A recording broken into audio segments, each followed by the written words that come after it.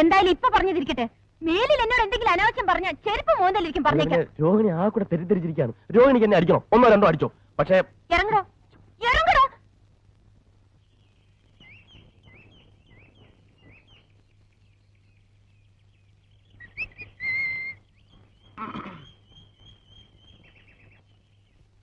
എനിക്ക് തെറ്റിപ്പോയി ആശാനെ, കംപ്ലീറ്റ് തെറ്റിപ്പോയി.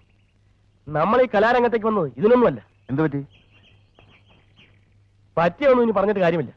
ഇവിടെ എന്നെ പോലെ ആത്മാർത്ഥതയുള്ള ഒരു കലാകാരന് മാനം മര്യാദയ്ക്ക് ജീവിക്കാൻ ഒക്കത്തില്ലെന്ന് ഇന്നെനിക്ക് മനസ്സിലായി. മാനം മര്യാദ കല ഇതൊക്കെ എനക്കെന്താണോ ബന്ധോ? മാനം മര്യാദ കാണിച്ചതിന് ചിലപ്പോ ആരെങ്കിലും കൈവച്ച് കാണും. ആരും ഒപ്പിച്ചിട്ടുണ്ടാവും. ഞാൻ പറയുന്നത് പോണാ അവിടുന്ന് ഒരു പണി എടുക്കുന്നുണ്ടല്ലേ, അവിടെ ഇരുന്നാ മതി. നിങ്ങളെ രണ്ടുപേരെ ഞാൻ എന്റെ ഡിയർ ഫ്രണ്ട്സ് ആയിട്ടാണ് കണക്കാക്കിയിട്ടുള്ളത്. ഭാസ്കരോ, എന്തോ ഇതെന്തോ പാര വെക്കാനുള്ള പുറപ്പാടാ. അല്ലാതെ ഞമ്മൾ രണ്ടാളും ഡിയർ ഫ്രണ്ട്സ് ആയിട്ട് നമുക്ക് ഇതുവരെ കരുതിയുണ്ടോ? ഇല്ല. എന്താ വെച്ചാ കാര്യം വെച്ചാ പറ. കല എന്റെ ചോറ. ആ ചോറ് നമ്മളും കഴിയാ. ആണേ, കലാരംഗത്തുള്ള ഒരു പെൺകുട്ടിയെ പവിത്രമായ കണ്ണുകൊണ്ടല്ലാതെ ഞാനിതിനായിട്ട് നോക്കിയിട്ടില്ല. ഇനി അങ്ങോട്ട് അങ്ങനെ തന്നെ നോക്കിയാൽ മതി, ഇല്ലെങ്കിലേ എന്റെ മൊന്തന്റെ ഷേപ്പ് മാറിപ്പോവാ. നമുക്ക് ഞാൻ നോക്കിയില്ല കരിമുക്ക, പക്ഷെ അവള് കലാരംഗത്ത് നിന്ന് എനിക്ക് കിട്ടിയ ആദ്യത്തെ തീക്താനുഭവമാണ് ഭാസ്കര. കാര്യം എന്താ പറയണം? ചിലപ്പോ ഞാനൊരു സുന്ദരനായി പോയതുകൊണ്ടായിരിക്കും അല്ലേ? ഒടുവിൽ അവളുടെ നിർബന്ധത്തിന് വഴങ്ങേണ്ടി വന്നു. ആളാരാണോ? ഇനിയിപ്പോ അത് പുറത്തൊന്നും പറയണ്ട. നമ്മുടെ ആ വെളുത്ത പെണ്ണുണ്ടല്ലോ, അതിന്റെ പേരെന്താ? രോഹിണി. രോഹിണി എന്താ? വരട്ടെ. നീ എന്താ പറഞ്ഞപ്പോ കേൾക്കാത്ത ഇവൻ വെറുതെ പറയുന്നത്. അത് നല്ല കുട്ടിയാ. രോഹിണി ഒന്ന് പോണാ അവിടുന്ന്. ഭാസ്കര, എന്റെ അച്ഛനാണ് സത്യം. നോക്ക് നോക്ക്, നഗക്ഷതങ്ങൾ നോക്ക്.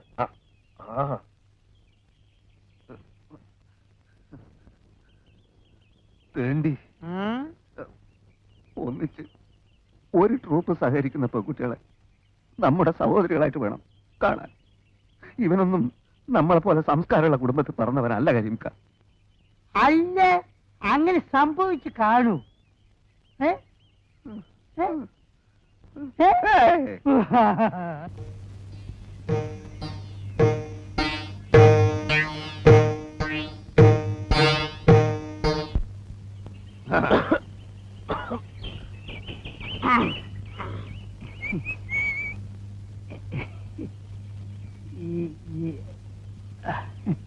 നിങ്ങൾ ക്യാമ്പ് വൃത്തിയേടാക്കുമല്ലേ? ഞങ്ങൾക്ക് പുറത്തിറങ്ങി നടക്കണ്ടേ? ആളുകൾ മൊത്തം നോക്കണ്ടേ? എന്താണ് ഞങ്ങളെ കണ്ട്? അല്ല, നിങ്ങൾ കണ്ടല്ലേ? ആ പടച്ചോനാണ് മുത്തുമോനെ ആരോട് പറയുന്നത് കേട്ടോ. അയാൾക്കിന്റെ കൂടി പിടിയും വലിയൊക്കെ ആയിരുന്നു. എന്റെ കുപ്പായ ആകെ നാശമായി. ഇത് അങ്ങനെയുള്ള പിടിയും വലിയൊന്നല്ല. പിന്നെ എന്റെ ഒരു സുഖമുള്ള പിടിയും വലിയ. എന്തായി?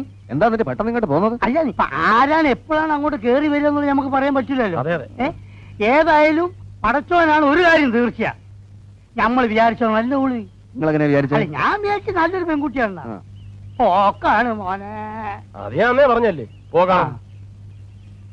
ഏതായാലും നമുക്ക് കിട്ടാവുള്ള നമുക്ക് കിട്ടാം. ഇനി ആ ഏരിയയിലേക്ക് ഞാനില്ല.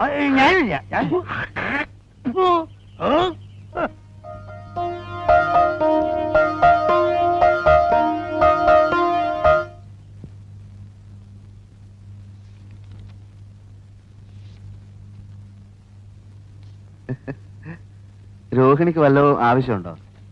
വല്ല പേസ്റ്റോ ബ്രഷോ സോപ്പോ എന്തെങ്കിലും ആവശ്യമുണ്ടെങ്കിൽ ഞാൻ ടൗണിൽ പോകണ്ടേ? എനിക്കൊന്നും വേണ്ട. അഥവാ വല്ലതും വേണമെങ്കിൽ എന്റെ അടുത്ത് പറയാൻ മടിക്കണ്ട. ഭാസ്കരേട്ടനെ അന്യനായിട്ട് കാണണ്ട.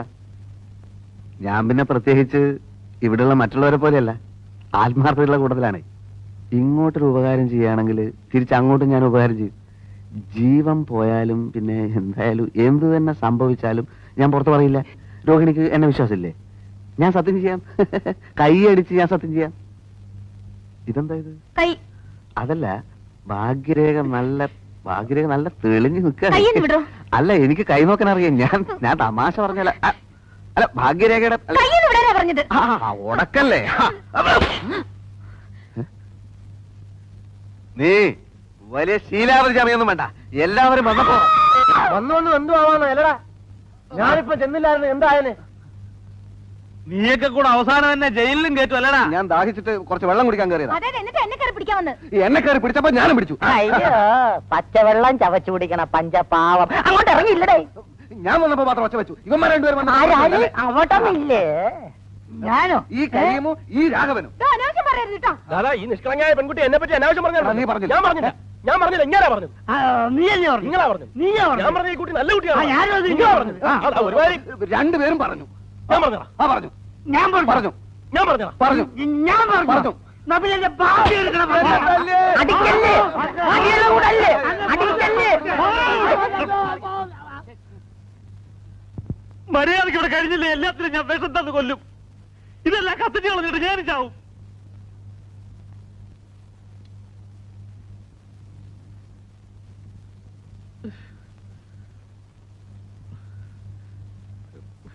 പല ജാതിയിൽ നിന്നും പല വീട്ടിൽ നിന്നും വരുന്ന ആളുകളാ, പല തരക്കാരാ. എല്ലാരും എനിക്ക് ആളാം വിധം നിയന്ത്രിക്കാൻ പറ്റുന്ന വരില്ല. സൂക്ഷിക്കേണ്ടത് പെണ്ണുങ്ങളാ. ഇവിടെ ഏത് പെണ്ണിന് എന്ത് സംഭവിച്ചാലും അതെന്റെ പെണ്ണിലേക്ക് വരൂ. എനിക്കൊരു ചീത്തപ്പേര് വന്നാൽ അത് ഈ സ്ഥാപനത്തിന് ചീത്തയാ. പിന്നെ പട്ടിണി കിടക്കേണ്ടി വരുന്നത് ഞാൻ മാത്രമല്ല. അത് ഓർമ്മ വേണം. എനിക്കിപ്പോ ഇത്രേ പറയാനുള്ളൂ. അതായത് അപ്പുറത്തേക്ക് പോ.